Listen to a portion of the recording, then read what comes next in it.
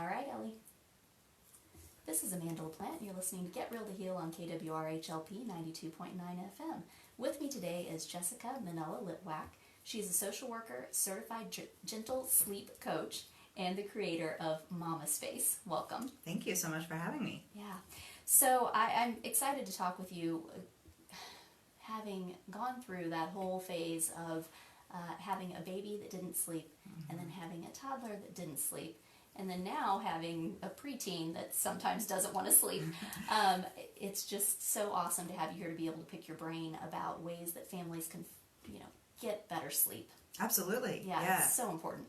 Absolutely. It's very, very important. And you're right. I think families encounter different issues at different stages and don't know what they're in for when they have a new baby. So, and then it goes from there. Yeah. In so many ways. So, all right, a little bit about who you are and what you do. Yeah, so I'm a social worker. I got my degree here in Wash U, and then I became certified as a gentle sleep coach by Kim West, who wrote a book called Good Night, Sleep Tight. You can find it on any bookshelf or on Amazon, for parents who are looking for a solution. And I basically fell into that after being really interested in supporting moms and families after I had my first child, who's now 8. My daughter is 8, my son is 5.5, and I just really found that there's a lot of power behind women helping each other and validating each other and supporting one another. And so I started a group to really find a community, really for myself at the time, that I called mamaSpace, that now has 26,000 members, which shows you really women are seeking that out. And then, from there, that's really where I, became more interested in sleep and how can I help families get more sleep, since it impacts so much. How can you get your children to sleep more so you can sleep more and just have a more, functional family in life? And so that's when I became a certified gentle sleep coach about 6 years ago. And so I've been doing that, helping families all over the place, not just in St. Louis. And I really enjoy it. I work with kids starting at around 4 months old up through 6 years. And so we work together. I work with the parents. I don't go into homes and sleep on the baby's floor or anything. But so we're not having sleepovers here. No, there's no campouts. Been there, done that with my own. Yeah, right. But yeah, I work with the parents to really come up with a comfortable solution for them, to improve the sleep in their household. Yeah. So, okay, we're going to dive into that even further. I think it's awesome work that you're doing. And I want to talk about first mamaSpace, though, a little bit more about that group and what goes on in that group. Yeah, sure. So when I started it, again, I said selfishly, I had a difficult child, right? I hate the question of, do you have an easy baby? Is she a good baby? And you're like, do you really want me to answer that honestly? Like, no, she's not. I have to hold her to sleep. I have to wear her on me constantly. And for me, I had been around babies, but I was like, whoa, this is so much harder than I ever imagined it would be. And so I created this Facebook group because, everyone was on Facebook. You're holding your baby, you're nursing your baby, you have your phone in your hand. And so for me, it was like, let's just create something as easy as possible to allow mommies to connect with one another and feel supported. And I think there's guilt around saying this isn't that fun. This is really, really hard. And obviously it resonated. And with my background in social work, I really was very committed to it being about support. No judgment, community, feeling really a part of something. And so obviously other moms feel that way too, because now there's 26,000 members and my daughter's 8. So I always measure it. I was like, well, she was 6 months when it started and now, she's 8 and I've seen lots of different things come up and it's become an amazing community, something I'm really proud of and happy that it's there for people who tell me, it's made a big difference in their lives. Yeah, so what are a few stories that come to mind? Just things that have happened in that group that resonate. Yeah, absolutely. So one of the most amazing stories was a mother who, I think her breast milk supply was dwindling, and she posted saying, I really am committed to this. I think her child had some health issues, and she was like, breast milk is supposed to be one of the most important things, and I really don't have supply. I don't know what to do. And without really even asking people, she started to get, I think, like hundreds or maybe thousands of ounces showing up on her doorstep. And it actually was on local news. She was like, you know what, this group just really rallied. Like they want, my baby to be successful, me to feel supported. And so, she was able to give her child this. And I think she was ill. There was something going on like that. And it was just an amazing story. And then another time, we've had some moms with some pretty serious postpartum postpartum depression issues who needed support. And again, just seeing people saying, don't be ashamed. I went through this, because I think when you hear someone else has gone through something, you feel like, okay, it's not just me, and so either seeking the help they needed, or talking to a loved one, a husband, parent, saying I need help, or going and taking that step to talk to a doctor. I've seen that over and over again. And I've had personal conversations with some of those members, because something I'm committed to is really following up with these people. I have a team of admins, and when we, sort of red flag a post as something we're concerned about, we want to follow up. We want to make sure it's not just out there in the social media, universe. We check in with those people. And so I've seen some amazing success stories of, people who are really suffering, who are in much better places. So cool. So changing lives and I making hope a so, difference, for sure. Yeah. All right, so let's talk a little bit about, let's talk a lot about your sleep coaching. Okay, definitely. All right, so degree in social work, you're focused on women, and then now, you have this child with these sleep issues, right? And so you're dealing with that. And so what did you find, what were some of the things that you found that worked really well for you? Okay, with your child? And I'm curious, because I had a child that sounds like it was very similar experience as you were describing it. Yeah, so my daughter was very attached to breastfeeding, attached to being held, and as a new mom, first child, I was like, I'll do whatever I need to. And so I was not really comfortable with the advice I kept getting, put in the earplugs, go drink a glass of wine, and close her door. And I was like, I just can't do it. No judgment to the people that can. But I also felt like it didn't fit with her personality, not only my philosophy as a parent, but I just, like, she would cry forever. And she's still, a very feisty, redheaded 8-year-old girl. And, it's not one size fits all. And so for me, finding the book, Good Night, Sleep Tight, and, reading Kim West's website, which is just thesleeplady.com, and finding solutions that allowed me to stay with her in the room throughout the process, but gradually teaching her, you're okay, I'm still here, I'm going to respond to you in a way that you might not like, meaning I'm not picking you up and nursing you, but I'm still here for you. That's what really worked for us, sort of ease out of her room, and then for the nap times as well. And same with my son. When the second baby came around, I knew some of the choices I was going to make. And to be honest, I like, my baby in my room, and I even put him in my bed sometimes. I'm not against co-sleeping when it works for you. It's just at a certain point, you decide that that's not what I want. And for some people it is. They'll co-sleep for as long as, they enjoy it. But for me, I knew at a certain point it was time to give my children the skill of going to sleep on their own, because it's a lifelong skill. And if you don't know how to do it, you could have sleep issues your whole life. That is absolutely so true. Yes. So true. Yeah. So how did you transition? Okay, so when do you know, I guess that's the question I want to ask. When do you know that it's time to make that transition? To coaching your child, you mean? Yeah. Yeah. So I think it's so different for each family, right? So, people will call me and say, my baby's, 12 weeks old. And I have to say, I don't work with families to coach their babies before 16 weeks. We just think that that's such an important developmental time of bonding and, where you're attaching to each other, especially breastfeeding, feeding, etc. But, you're really looking for, is this working for both of us, right? Because there are things that if you're rocking your baby to sleep, you put them down and they sleep for 12 hours, great, but if you're rocking them to sleep and they're up every 2 hours, needing you to rock them to sleep, that doesn't work. And so once you're past that, 4.5 month age, and you start to see that things are not really working for you anymore, or like, let's say a toddler's 2 and they're not falling asleep until 9:30 at night, you're seeing their behavior decline. Those are, the signs we really look for to say something has to change. But it's not about my goals. I don't say this is what every 6-month-old baby should be doing. This is what every, 1-year-old. I always say to my clients, like, it's not for me to come in and say, this is what it should look like. This is, what do you want, and how can we get there? That's a sign of a truly good coach. Oh, thanks. I try. So when you say solution-focused therapy, you say you think of sleep coaching as a solution-focused therapy.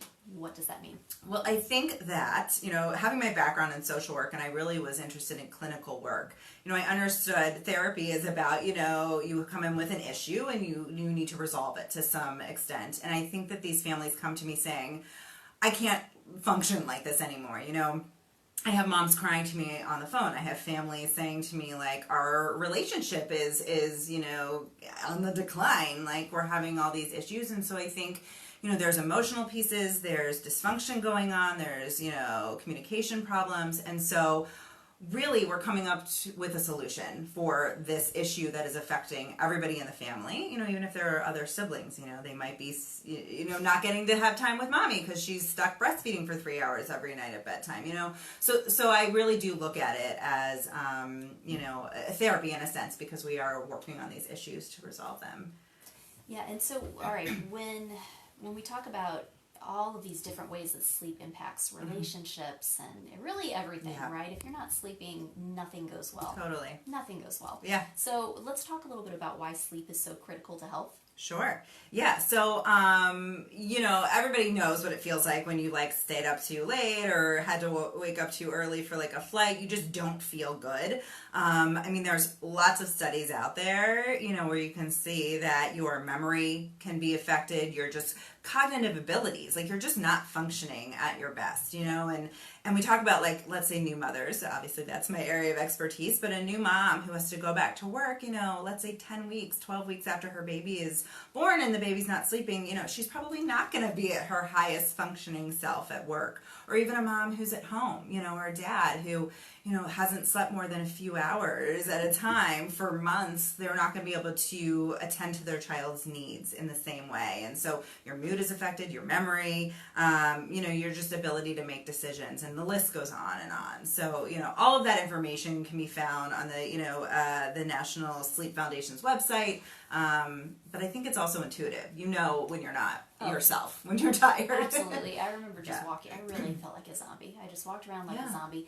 And then I noticed my postpartum depression symptoms got so much worse. They were so vastly exacerbated by the lack of sleep. Yes, yes. And that is so true. Actually, that's something I was reading about recently, you know, as someone who was really interested in postpartum depression and anxiety. You know, there are studies that say that women who actually didn't have any symptoms when the baby was, you know, brand new, and then 8 weeks later, you know, were tested for, you know, to see if any symptoms had emerged, the ones who really weren't sleeping very much or had a baby who cried a lot, you know, which is due to being exhausted, you know, had these symptoms starting to emerge. And so whether you already are, you know, someone who's been affected by anxiety or depression in the past, or you haven't, being exhausted absolutely brings those symptoms up, and it can get a lot worse. So that's like one of the things you'll read about, you know, find help from other people to come and watch your baby, you know, don't feel bad about asking for help. And I love Postpartum Stress International. They are an amazing organization. It's PSI. The minute you go to their website, they have a phone number. They will connect you with people in your community to talk you through, you know, troubles that you're having. But you can find things on there specifically about sleep and, you know, what you can do to help yourself. Well, I'm going to say what a lot of people say to you, like, where were you a few years ago? I could have really used your help. I know. Yeah, this is such great information for sure. Yeah. All right, so National Sleep Foundation recommendations for health. Like, do you have any for sleep and health? So it's interesting. They actually changed it recently, and there's a really great chart on their website. So when you go to their website, one of the first things you can click on is sleep recommendations. And, you know, it really does change. You know, I talk to parents a lot about schedules and sleep recommendations. So talking about, you know, it's constantly changing. You know, a newborn baby sleeps 16 hours in a 24-hour period, you know, but by the time they're 2 or 3, they're sleeping maybe 13 hours. But there's a range. Every person's going to be different. You know, you might be an adult who says, if I don't get 8 hours, I'm a mess the next day. Or you say, hey, you know what, with 6, I'm okay. But the real recommendation is somewhere between 7 and 9 hours, which is where you get that sort of 8 hours is usually the ideal for people. But I certainly found as a new mom, I now can function pretty well on 7, whereas before I'd be like, oh no, you know, in my 20s, if I didn't have 8, I was a disaster. But I need to know your secrets. I'm a 9-hour-a-night person. Oh, wow. Yeah. It's I mean, I wouldn't mind, but, you know, coffee. Yeah. I wish that worked. Yeah, for sure. Yeah, okay. But as far as, you know, setting yourself up for good sleep, you know, those are some of the things, because people will say, I have trouble falling asleep at night, or I wake up so early and I can't fall back asleep. And so, you know, everyone's heard about, you know, turn off the TV, turn off your screens, you know, before bed. It's really true, because that light that, you know, comes off of all of our screens in the darkness is really not good for us. Talking about blue light. Absolutely. Right, Yeah, if people want to look into that a little Right. bit further, yeah, blue light. Right, absolutely. Yeah. And so, sticking to a schedule, meaning like don't go to sleep, at midnight, half the time at 9, half the time. Your body really will adjust to a rhythm. And it's the same, I say it for kids, like that's why we stick to a, consistent bedtime, because your body knows when it's getting ready for bed. The melatonin that your body produces, you can make the room dark, you can do mellow activities, treat yourself well so you can set yourself up to be in a good, sleep habit. And then the environment is so important, darkness. I love blackout curtains, white noise, all of that, Yeah. And so, and what you touched on there, all right, so with circadian rhythm, for instance, it really, our body does need these natural patterns. It needs consistency, and it needs schedules.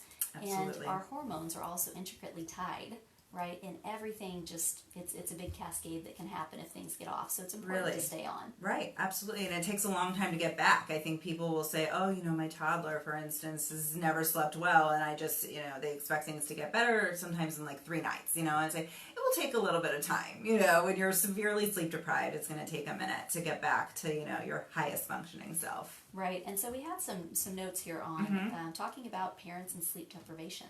So do you want to dive into that a little bit further? Oh, yeah, sure. So, we talked a little bit about how, it affects your memory and your ability to just function at your best self. I think also the depression and the anxiety that we see, but a really big toll can be taken on relationships. And, when you have a new baby, anyone who's been through that knows that it's hard on relationships. You don't really know what to expect. And I think, let's say you have a mom who's nursing, who's the only one who's getting up with the baby at night. And then, she even if she says, I'm making this choice, I'm going to let my husband sleep, she's going to resent him, and then what happens is that sort of bubbles under the surface, and then there's going to be a fight at 3 a.m. And I tell all my clients, do not have a discussion about what you should do about the baby's sleep problems at 3 a.m. It never ends well, but I work with these people, and I do everything over Skype or FaceTime, so I see, their dynamics, and it's really, it's important not to ignore it. I think I say both parents have to be committed, and I think that is just a big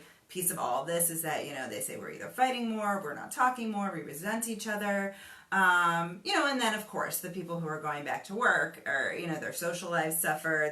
I have a lot of people who say we can't get a babysitter, we don't go out at night because no one can get the baby to sleep at me, a child's going to wake up, or I have to sleep in the bed with them, to go to sleep. And so I just think it can affect all facets of your life, honestly.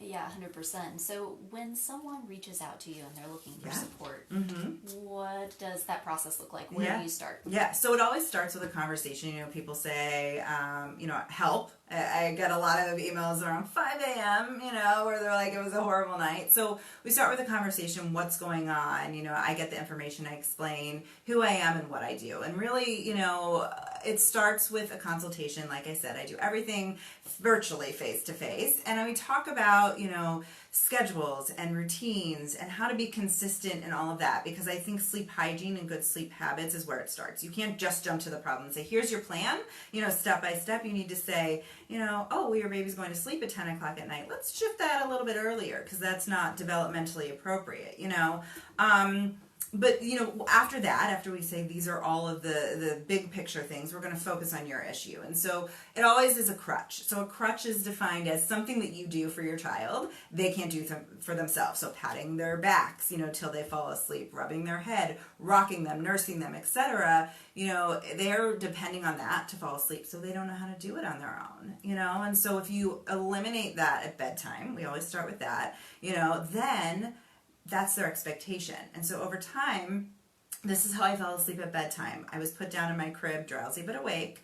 And then, at 3 a.m. when I woke up, I didn't have to be rocked back to sleep. I have to, get that skill back, at 3 a.m. And so it takes some time, of course, and parents say, well, what happens when I put them down, And they say, well, that's when the coaching comes in, Drowsy but awake, I think, is like a really important term that I talk to everyone about, and I actually give my clients a little scale, so I'll just tell you what that is really quickly. So 1 to 5 is the drowsy but awake scale. So imagine, 1 is wide awake, you were just playing, bouncing them on your knee, and then you say, okay, good night, and you plop them in the crib. That's not really nice or conducive to good sleep. And then you've got 5, where that's the parent who either rocked them for 25 minutes and then tiptoed to the crib, laid them down, slid their hands on and like somersaulted out of the room so they didn't make any noise. So we don't want that either. You want to be at a 3, right? So the bedtime routine helps you get that baby to a 3, or child, whatever age they are, and then it's their job to get from a 3 to a 5. Right? And that's where they're getting those skills to soothe themselves, to learn that, okay, I'm safe in my bed. I don't need to be rubbed, on the back or sung a song 25 times, before I fall asleep. I can do it. And then they start to expect that in the middle of the night as well. And that's where the process comes in of learning, okay, I can sleep. And then they just don't wake up anymore. So, all right, if somebody doesn't develop these self-soothing skills, though, right? Right. And you mentioned earlier that can really be an issue for the rest of your life. You might have sleep issues. So how can that manifest if we were to skip this, right, with our kids? Well, I mean, I've certainly heard of, older children, so like 8-year-olds, 10-year-olds who either can't fall asleep for hours and hours at bedtime or require a parent to be sitting in the room with them, which again leads to issues with the parent. They feel like they're, isolated, relationships suffer, all of that. So, but the child also, I mean, imagine, like, how are they going to go on sleepovers? How are they going to, go to sleepaway camp? They'll probably be a little bit embarrassed about that. I think there's just a lot of different things that it can impact. You've also got the kids who are waking up several times at night or early risers. So some people say, oh, well, my kid's just an early riser. They get up at 5 a.m. And I'm like, well, that's true. Some kids are early birds, but if you haven't really tried to work on that and, look at the big picture and teach them sort of expectations, I think it's boundaries, expectations, like any sort of parenting, issue.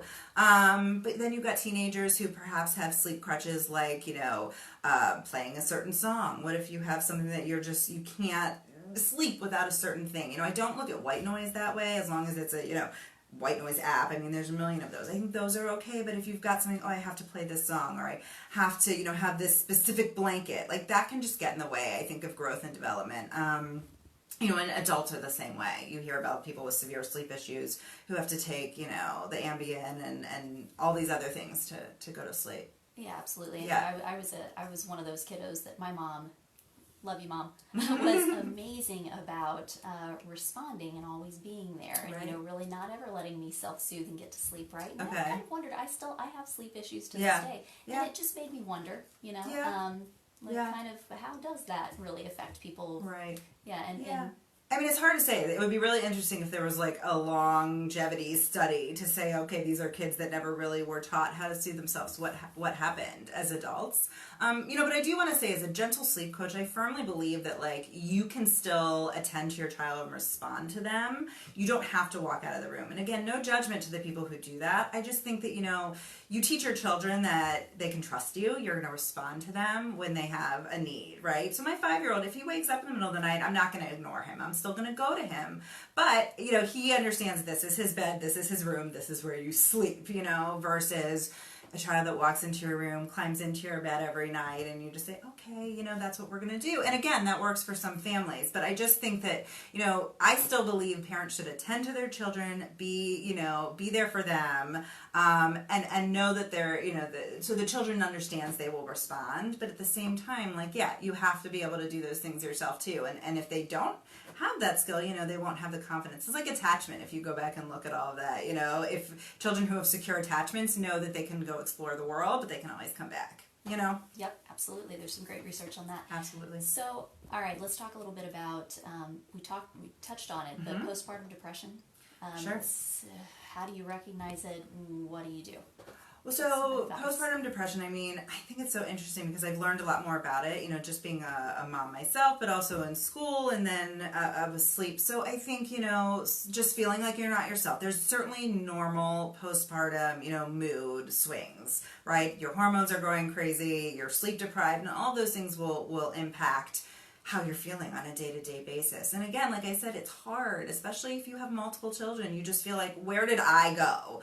I think it's a problem when it starts to impact your life. You can't do your, daily activities. You aren't functioning as you would like to, you know, and I think what's nice is that the stigma is going away to admit it. I think there's a lot of celebrities out there. I think the, you know, foundations out there like PSI are being a lot more vocal and visible. So, you know, recognizing, saying, I don't feel like myself, and it's not going away. So either talking to your OBGYN, talking to your regular doctor if you have a therapist, you know, but talking to friends, joining support groups like mamaSpace, finding, you know, real live groups. I think, you know, for some people who are feeling isolated, like I certainly did when my daughter would only nap in my arms, you know, 3 times a day. There are mom groups out there. It's MOM actually, and they're local. And just like being with other moms once a week can bring people out of that. But if you're talking about a real like clinical issue, you know, there's some very severe forms of depression, anxiety, you know, psychosis. And so if you recognize that in someone else, don't be afraid to speak up. You know, it can be scary. And I think that there are some partners who maybe don't recognize, you know, husbands who say, oh, well, maybe this is normal. But I think that there's a level where you have to say, you know, I'm going to step in. And I think people should not be afraid to do that. That's a tough conversation. So how do you start that conversation? With an actual person who's, you know, I think you just say, I love you and I care about you. You know, I think it's always important not to be at any sort of, no one would attack them, but, you know, that sort of aggressive conversation. You're saying, I think something's wrong. And I'm saying, you know, I love you and I care about you and I just see that you're not yourself. Can I help? You know, and that's going to look different for whatever the situation is. I mean, if we're talking about a serious situation where you are concerned about someone's well-being, you know, whether it's suicidal ideology or you're concerned about the baby, you know, more serious, you know, things should be done, right? Make a phone call. There are hotlines. You can call PSI. You can call 911, you know, but if we're talking about more day-to-day, just you feel like someone's not themselves, just really reaching out and saying, I'm here to help you, just offering to help, and really not pushing it, but saying, listen, I'm serious, like, because you hear a lot of them say, oh no, the moms say, I'm fine, don't worry about it. And I'm one of those people who be like, I love holding babies, I really do, I really want you to take me up on this, you know, I really, you know, please go to sleep, you don't have to entertain me, because that's so much pressure. I remember that being like, oh my gosh, all these people want to come visit, and I feel like I have to have lunch with them, but all I want to do is like take a nap with the baby. You know, so I think also just as like a society recognizing like moms don't want to put their makeup on and invite, you know, a cascade of people into their house. And so just also being respectful of those needs of new moms. Yeah, I think that's great advice. So, all right, if somebody wants to reach out and work with you, what's the best way to get in touch with you? So email is absolutely the best way, or my website, which has a contact page. So my email is just jessica@stlouissleepcoach.com, and the website is sleepcoach.com. So I made it really easy. That is me. You will find on the front page, there's a contact page. You can just fill out your information, and it comes straight to me, and then we can set up a time to have that initial call. So, you know, basically I tell people I'd love to hear more about what's going on. I'll explain who I am and what I do, and then we go from there. And is this something that they can take care of with their flexible spending account, or is there Usually, yeah. So I don't accept insurance, but I will always provide an invoice if, you know, someone does have that option of an FSA. But I do tell people, you know, you're investing in life-changing, you know, sleep. Everything changes with sleep. Absolutely. Right. And I just want to add that mamaSpace is just one word, MAMASPACE on Facebook. And so you can find me through there as well. I'm the main administrator. But if you're just looking for more support, community, I just think it's a great and valuable resource that people really need in their lives. Well, we're lucky to have you doing that great work. Thank you so much, Jessica Manela Litwack, for being here today. It was my pleasure. I enjoyed it. My name is Amanda LaPlante. You've been listening to Get Real to Heal on KWRHLP 92.9 FM. For more information from me, find me online at amandalaplante.com or on facebook.com/GetRealToHeal. For this and other episodes of Get Real to Heal, check out soundcloud.com/GetRealToHeal and make it a great day. Thanks. You're welcome. Yeah, good job. Thank you. Yeah, I hope I touched on everything. Great information. Yeah, you did. No, I think it's really good information. That was something that just really impacted me. You know, and I have multiple autoimmune issues that I deal with. And I find that I get a lot of women contacting me after they have the baby and saying, okay, now I've got Hashimoto's, or I've got XYZ issue that's starting to come on. And I really believe sleep is a massive part of that, right? That lack of support system, lack of sleep, and all the other things that come from there. Well, yeah, and I think that if you have any sort of health issues, or you didn't even know you did, like I said, they're just exacerbated. I mean, you know, if I get a cold or got a cold, you know, it takes a lot longer to go away. And you don't even realize that when you don't have the children. You're like, oh yeah, that really, I was able to rest, you know, and it's hard. But that's why I'm like, ask for help. Do not be ashamed. That's what I'm all about. Like, yes, parenting is hard. I'm very real. And I tell my clients that. I'm like, you know, I don't sugarcoat what we're doing. Yeah. I'm very honest. I have a kind of unique perspective on it since my kids have put me through everything. Which I didn't remember to say that, but they have. Oh, no, I can't see you. Lean in here, Jessica. Oh, sorry. There we go. Okay, no, that's just because we've got a lot of responses. Okay, good. Oh, cool. Yeah. Well, hey, thanks again for being here You're so today. welcome. Yeah. Hope you enjoyed it. Yeah, I'd be happy to answer questions in the future if you have any. That's good. Okay, cool.